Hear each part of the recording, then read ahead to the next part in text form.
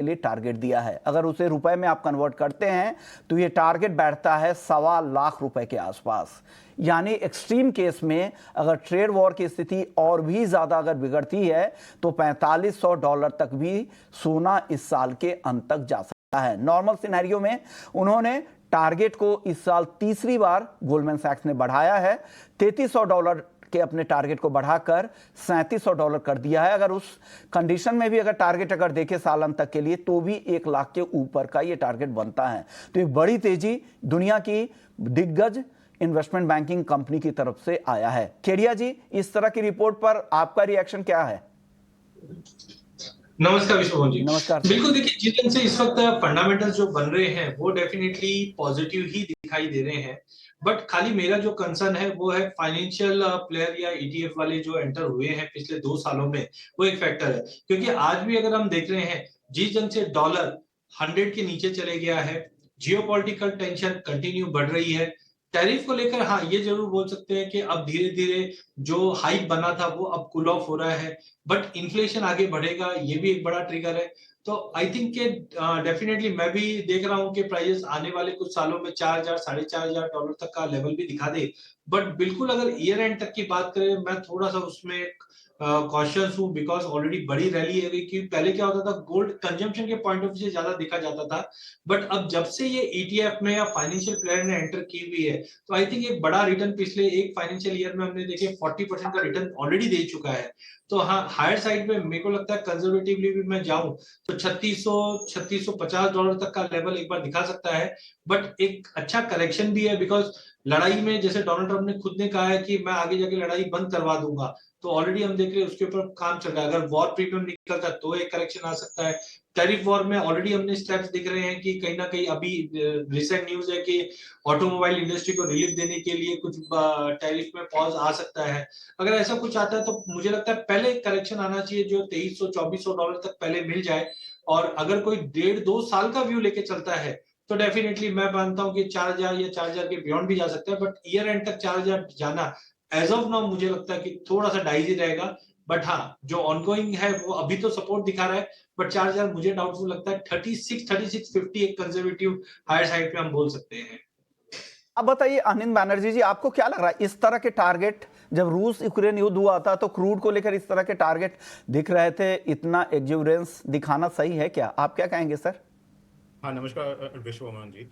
हाँ, देखिए एक्चुअली हाँ, हम लोग का जो व्यू रहा है लास्ट ईयर से कि गोल्ड का बेसिक जो अप ट्रेंड है वो हो रहा है बिकॉज ऑफ डी डॉलराइजेशन। तो डी डॉलराइजेशन मतलब जो एक डॉलर का एक डोमिनेंस रहा है 1971 से, ग्लोबल ट्रेड हो या आपका जो जो सेंट्रल बैंक का सेविंग्स हो उसमें, तो उससे दुनिया अभी धीरे धीरे डाइवर्सिफाई कर रहा है।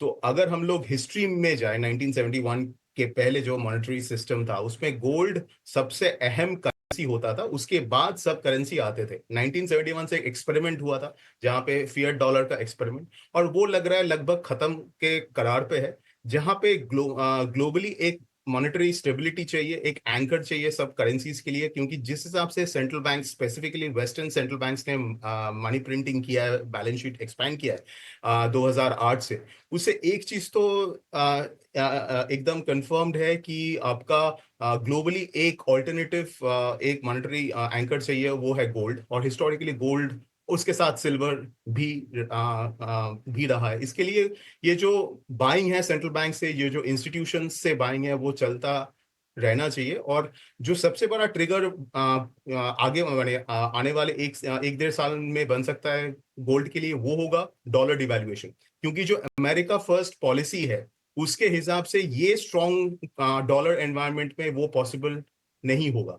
और ट्रम्प एडमिनिस्ट्रेशन ने ऑलरेडी एक दो बार इंडिकेशन कर चुका है कि हम लोगों को भी करेंसी जो वीक करेंसी के तरफ जाना पड़ेगा अगर हम लोगों को मैन्युफैक्चरिंग बेस बनाना है। तो जब डॉलर डिवैल्यूएशन स्टार्ट होगा as a policy, already dollar index में हम लोग फॉल देख चुके हैं, but that is due to market forces. जब डॉलर डिवैल्यूएशन स्टार्ट होगा और एशियन करेंसीज के अगेंस्ट सस्टेन डिक्लाइन आएगा, तब we will see a big move जो आपका गोल्ड प्राइस है इन डॉलर टर्म्स।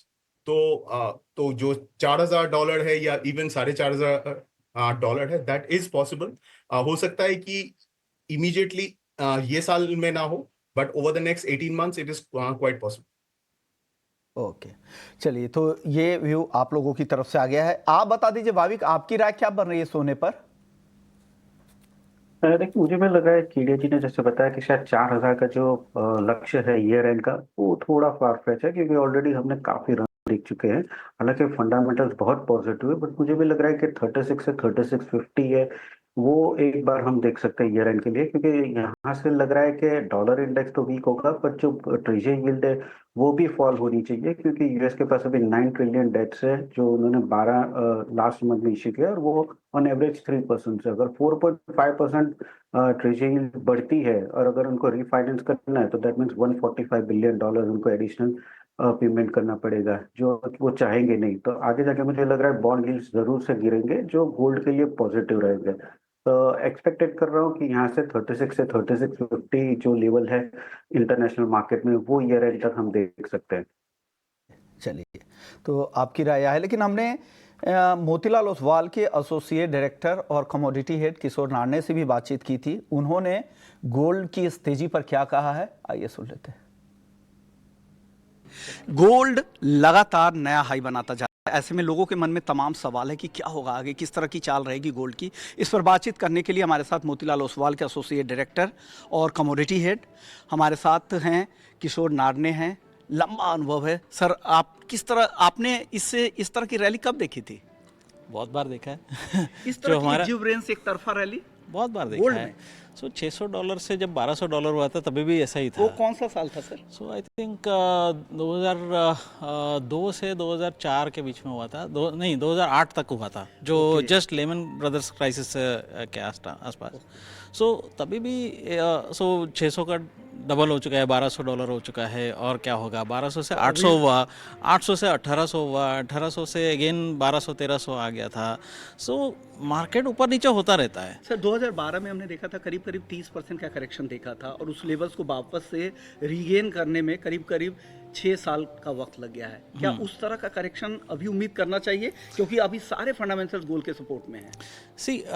1800 का गोल्ड जो डबल होने में आपको 3600 के आसपास आएगा, 3700 के आसपास। तो वहाँ पे थोड़ा सा आपको रेजिस्टेंस मिल सकता है। ये अगर 2-3 महीने में आपको ये रेजिस्टेंस मिलेगा 3740 3750 के आसपास। तो इंडियन मार्केट में अगर देखेगा तो 1,10,11,000 के आसपास आपको रेजिस्टेंस मिल जाएगा, वहाँ तक तो है। सो आपको अभी भी यहाँ से 10% के आसपास का आपको जगह है अपसाइड में। तो 10% कमाने के लिए रिस्क हमें कितना लेना पड़ेगा? तो रिस्क का मैं बोल रहा हूँ, अगर 3700 का जो है वहाँ से आपको 10% से 20% अगर करेक्शन भी पकड़ते हैं तो आपको $600-700 हो जाता है। वो कम्स डाउन टू यही लेवल्स पे जो $2,900-3,000 के है कि बट कि कोई भी एसेट में आप करेक्शन के लिए इन्वेस्ट नहीं करते हैं। आप कोई भी एसेट क्लास में, आप इक्विटीज़ में कर रहे हैं, कोई बॉन्ड्स में कर रहे हैं, आप कैपिटल गेन्स के लिए आप इन्वेस्ट कर रहे हैं, तो लॉन्ग टर्म वैल्यू क्रिएशन के लिए आप करते हैं। So long term value creation का स्टोरी हमेशा रहता है, राइट। सो आप यहाँ से लिए हुआ है जो 30% आपको बढ़ता है, कि आपने कभी गोल्ड में प्रॉफिट बुक किया आपके लाइफ में? बुक किया कभी नहीं, बिल्कुल। आपका घर पे गोल्ड बेचा कभी नहीं, प्रॉफिट बुक किया? इवन गोल्ड ETF भी हम बेच नहीं पाते। हाँ। सो अगर जो एसेट में आप प्रॉफिट बुक ही नहीं करेंगे तो आप करेक्शंस के लिए क्यों डर रहे हैं? तो वो करेक्शंस का कोई मतलब ही नहीं है। तो लॉन्ग टर्म में मेरा वैल्यू, मेरा जो एसेट है उसका वैल्यू प्रिजर्वेंस, जो गोल्ड का जो मुख्य कैरेक्टरिस्टिक जो है ना, प्रिजर्वेंस ऑफ वैल्यू, राइट, वो आपको ये देता है। ओके, 2025 में लोग जानना चाह रहे हैं कि टॉप लेवल क्या होगा, बॉटम लेवल क्या होगा? 3750 टॉप लेवल होगा और बॉटम लेवल 27। रुपए को मैं इसी लेवल के आसपास मान ले तो आज की क्लोजिंग के आसपास 86.04 की जो क्लोज, इसके आसपास अगर रुपए में कन्वर्ट करें तो घरेलू बाजार 86-87,000 डाउन साइड में, आपको 1,10,000-1,11,000 अप साइड में। ओके, तो टाइम ना करे, अब ये मत देखे कि मुझे कब लेना है कब करना है, अब टाइम दे। 1,10 का भी लेवल आपको गोल्ड में दिखेगा इस साल और 86,000 का भी दिखेगा, तो वेट कर सकते हैं, तो आपको फायदा इस लेवल से भी हो सकता है। सर आपके फ्रेंड्स होंगे, फैमिली होगी, जो आपके वेल विशर्स होंगे, उनको क्या एडवाइस दे रहे हैं, सोना खरीदने के लिए या चांदी खरीदने के लिए? मैं तो खुद भी जो 2-3 महीने पहले भी लिया था। सो सोना मेरे को जो शांति देता है और सिल्वर थोड़ा टेंशन देता है। तो आप यहाँ पे सुन रहे थे किशोर नारने जी को। उन्होंने जो ऊपर के जो टारगेट दिए $3700 के, और घरेलू बाजार के हिसाब से उनको लगता है 1,11,000 1,12,000 रुपए तक भी सोना इस साल का जो टॉप लेवल है बना सकता है, और नीचे में सोना 86,000 से 87,000 भी उनको आता दिख रहा है। तो एक बड़ा रेंज है, और ऊपर उनको लग रहा है कि अपवर्ड बायसनेस यहाँ पे ज़्यादा है, तेजी की संभावनाएं ज़्यादा है। चलिए अब चांदी की बात कर लेते हैं, सोने की काफ़ी बातचीत हो चुकी है। अनिल बैनर्जी जी, चांदी को लेकर आपकी राय क्या है? चांदी में उस तरह की तेजी अब तक नहीं आई है, क्या वो बची है तेजी क्या चांदी की? चांदी में देखिए, जिस हिसाब से गोल्ड में एक थीम बना है, चांदी में जो मेन थीम है वो है इंडस्ट्रियल मेटल्स है। मतलब अगर चांदी को यहाँ से आउट परफॉर्म करना है ये सोना को, तो फिर कॉपर और जिंक ये मेटल्स को अच्छा करना पड़ेगा, और वहां पे इशू आ रहा है क्योंकि कॉपर में एक बाउंस तो हम लोग देखे हैं लास्ट एक हफ्ते में, बिकॉज इक्विटी में भी बाउंस हुआ है, इंडस्ट्रियल मेटल में भी बाउंस हुआ है ओवरसोल्ड कंडीशन से। बट ट्रेड वॉर जो हम लोगों का बेसिक एक जो व्यू है लास्ट ईयर से, कि ट्रेड वॉर में सेंट्रल जो होगा वो होगा यूएस और चाइना के बीच, क्योंकि अभी आपका जो पूरा जो मैन्युफैक्चरिंग सेटअप है, जो सप्लाई चेन है, उसके हिसाब से यूएस कंज्यूमर है और चाइना प्रोड्यूसर है मैन्युफैक्चरिंग में। तो ये जो मॉडल है, इसको अगर रीसेट करना है, जिसका बात चल रहा है, जो आपका ये डी ग्लोबलाइजेशन और डी डॉलराइजेशन है, वो सिचुएशन में बेस मेटल्स में थोड़ा सा रिस्क बना रहेगा इन द कमिंग मंथ्स, क्योंकि चाइना के ऊपर और भी एक्शन होंगे। तो ये सिचुएशन में बेस मेटल्स में एक बहुत बड़ा तेजी तो है नहीं, तो ये तो सिल्वर में अपसाइड है, बट गोल्ड के मुकाबले वो स्ट्रगल करेगा। तो बेटर रहेगा कि सिल्वर में जो ये आपका आपका 1-1.5 हज़ार का जब डिप आता है, तो उसमें खरीदना चाहिए rather than trying to chase। खरीदारी करें, वेट करें, इंतजार करें, चांदी आपको मौका देगा भी और हर बार भी देते हैं। आप बताइए केडिया जी, आपकी राय चांदी पर? देखिए विश्वमोहन जी, अगर हम चांदी की बात करें तो इस वक्त गोल्ड सिल्वर रेशियो 100 की तरफ आ चुका है। पहले मैं मान के चल रहा था कि 92 के ऊपर सस्टेन नहीं करेगा, क्योंकि पिछले 50 साल का ट्रैक रिकॉर्ड है कि 90 के ऊपर ये रेशियो टिकती नहीं थी। बट जी, जब से हमने टैरिफ का जो कंसर्न्स बढ़ते हुए देखा, जिसकी वजह से ये ब्रेकआउट आया और ऊपर में 105 का लेवल छू चुका है।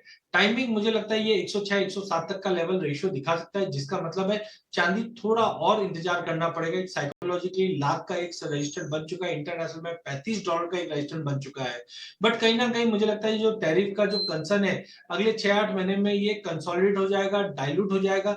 उसके बाद जैसे जैसे रेट कट्स, या चाइना ने भी कहा है कि हम इकोनॉमी को संभालने के लिए और कोशिश करेंगे, तो ये कहीं ना कहीं चांदी के लिए बड़ा ट्रिगर करेगा। मैं अभी भी मान के चलता हूं कि साल के अंत तक की अगर मैं बात करूं तो 1,25,000 से 1,30,000 का लेवल चांदी में अभी भी मिल सकता है, टेक्निकल स्ट्रक्चर पे भी और फंडामेंटल पे। हम जानते हैं कि आज चांदी का जो यूज केस है, चाहे ETF बाइंग में पकड़ लीजिए, चाहे इंडस्ट्रियल मेटल में पकड़ लीजिए, तो मे भी पॉसिबल है कि अगले हफ्ता 15 दिन में एक बार मार्केट नीचे में 88-89 तक का एक स्पाइक मार दे। बट हाँ, कोई लॉन्ग टर्म के लिए देख रहा है तो डेफिनेटली अच्छा है। बट आज पर्टिकुलरली इंट्राडे में 95-250 तक का लेवल दिखा सकता है। बट थोड़ा महीना 2 महीना अनसर्टेनिटी के लिए रहेगा, तो गोल्ड के मुकाबले चांदी थोड़ी सी अंडर परफॉर्मिंग रह सकती है।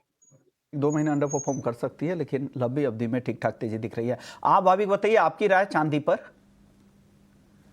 देखिए, इन्वेस्टर्स तो थोड़े स्केप्टिकल ही है, क्योंकि ETF अगर देखें सिल्वर का वर्सेस गोल्ड का, तो गोल्ड में रिकॉर्ड इन्फ्लोज आ रहा है, जहाँ पे सिल्वर पे अभी भी नहीं है, क्योंकि ये जो सिल्वर है वो थोड़ा ब्रॉड बेस्ड कमोडिटीज है, और अभी जिस हिसाब से ट्रेड टैरिफ चल रही है, इस हिसाब से एक्सपेक्टेशन नहीं है कि डिमांड पिकअप हो सकती है। बट हालांकि अगर सप्लाई डेफिसिट देखे डिमांड और सप्लाई की, तो वो कंपेलिंग है। मुझे लग रहा है कि सिल्वर थोड़ा टाइम लेगी आउट परफॉर्म करने के, और जैसे अगर चलना शुरू हो जाएगी तो गोल्ड को डेफिनेटली आउट परफॉर्म कर देता है। आई थिंक शॉर्ट टर्म में मुझे भी लग रहा है गोल्ड जो है वो ज़्यादा बेटर रहेगा।